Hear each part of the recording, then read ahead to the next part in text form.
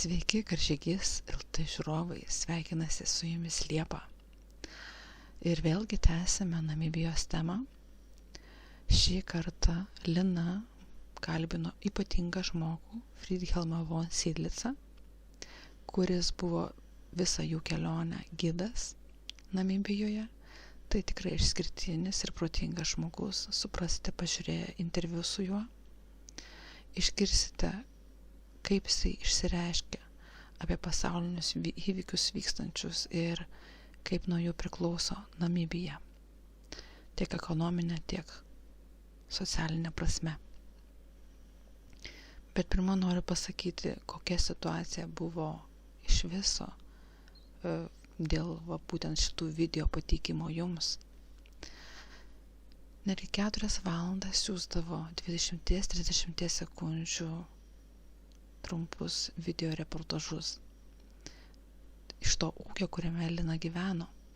Bet kai jinai nuvyko į miestą, ten jau buvo geresnis internetas ir mes jau galėjom gauti ilgesnius video, kuriuos jums dabar galėsime ir pateikti.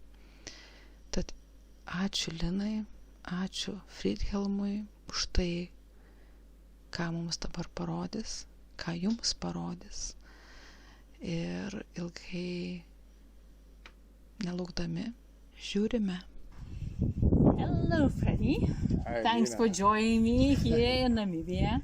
Thank So you. we are here for the first time. I'm here with Bioenergy LT and met a wonderful person, our guide, Freddie. And I would like to ask some questions Yes. about Namibia and about what he has lived, because they are here for a long time. So know stories and history of Namibia. Yeah. Can you, Freddie, tell us a little bit? Thank you. Are you asking me just a short background? I am a third generation Namibian. My grandparents came into Namibia, then southwest or German southwest Africa, in 1904 and 1908 respectively.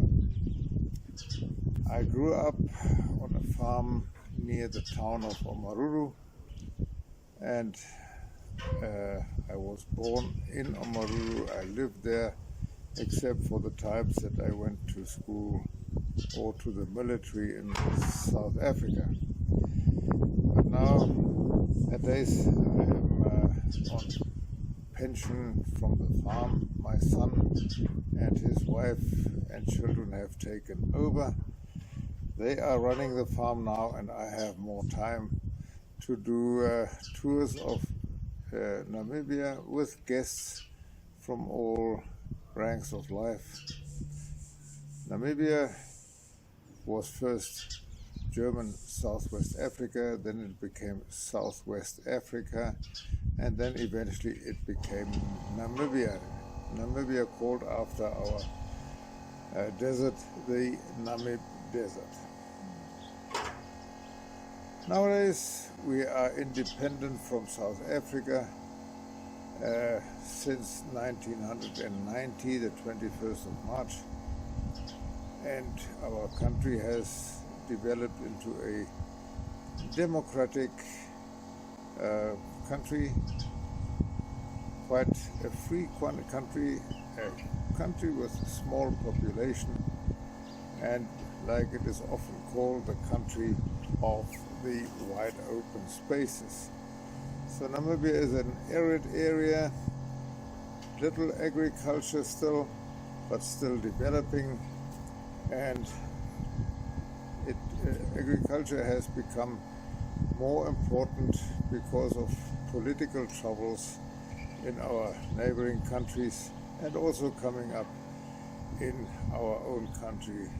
In Namibia we have had things before that did not work, and we have things now that also do not work. I mean, when I talk about things, it is political developments quite interesting, but I don't want to talk about that too much now.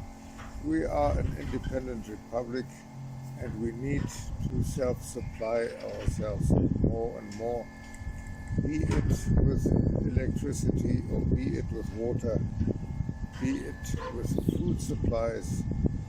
Namibia has a lot of new possibilities, and chances for development are really big.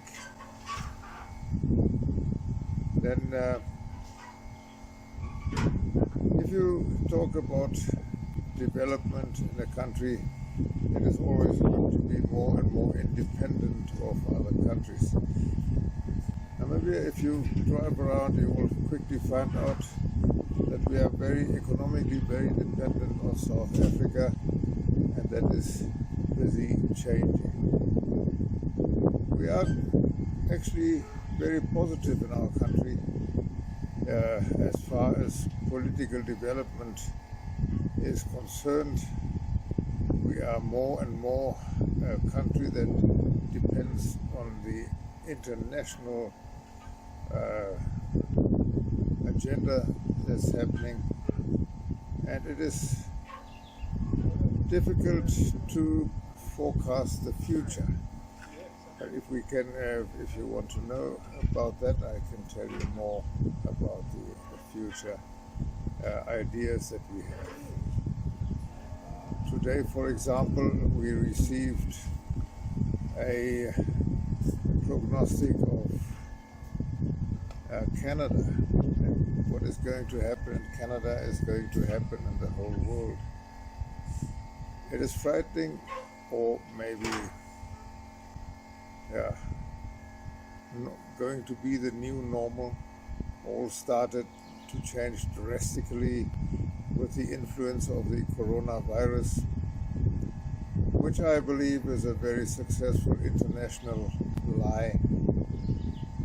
It is hard to believe how it changed the world internationally, not only here in our country, but really far around the world. The influence of a coronavirus is not as strong and has not been as strong as it has with a normal flu virus, that people got sick and died, many of them, much more than the losses caused by coronavirus. Now this is an opinion that I built up long ago. I read the Bible, and I see much of, or all of the future is already written down in the Bible. That is not everybody's opinion, but it is everybody who reads the Bible knows about what is going to happen, about the catastrophes in the world. But now a central world government is being steered. It would be maybe a joke a few months ago, but nowadays we got the first time, I think, real news from Canada that people have to take the vaccination against corona, and if you don't take it, you will be locked up in the near future. You will be treated as a criminal or a danger to the public. And that is a thought we have to work or think about. It is something that the New World Order, as it is called, is going to apply to us. And whether we can stop it or not, this is the new agenda of the world. We may not love it, and we will not love it, because we will be super dependent on a few people of the world, which we are still to find out who they are. What that means is a drastic change in the world. Maybe we don't have time enough to discuss it, but we got a message from a man in Canada who is in politics there, who I think for the first time speaks the truth about what is going to happen in the near future, a total dependency on a central world government. One example he named is that in a very short period of time, everybody's debts will be paid, and in exchange for that, everybody has to give his property to whomever. Call it the New World Order. And if you are from Christian belief, you just don't do it, you will not do it, and therefore you will be locked up. Those are the plans and many, many more things that will make us quite unhappy. The individualism of the world will be gone. We will be steerable by DNA vaccinated or injected say substances that go into our DNA. Still a lot of things that are unclear, but as from yesterday or today when this was published, we need to wake up, we need to see the future as it is going to be, frightening to say the least, and we only hope that there will be a chance left for the individualism, but it is very hard to believe that we will be controlled so completely. All the mass media and all the technical things are already erected in the world, in the atmosphere, in the satellite knowledge we have these days. We can be controlled so easily as long as we take that vaccination. Another thing is that we have to be afraid all the time. We are bombarded with news, negative news all over the world in all the countries. And suddenly we are finding ourselves in the same boat, in the same environment, wherever we are in the world.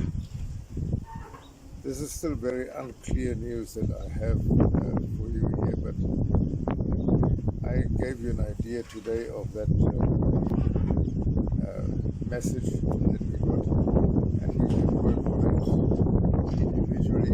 We have to work on it and think about it internationally. As far as our traveling are concerned, trade, I don't know how that is going to happen, but everything is apparently paid by the Central World Government. Who and how we are going to be motivated is another question, to do whatever, starting from education right through to production of whatever, whether it be cars or technology in any way, aircraft. I really wonder what's going to happen to the big aircraft manufacturers like Airbus and Boeing and ERJ in Brazil. Also the Russian technology, everybody who builds aircraft, and the transport of people. I have my big question marks there. So let us see what is going to happen, but I want to call on everybody on this world to wake up, listen to what is happening, be critical, don't just accept everything like a bunch of sheep. We have to see these things, to hear these things, and then adapt accordingly. Thanks, Fred. That's the mission of Karžygys LT. People wake up, and we share your opinion. Thank you a lot.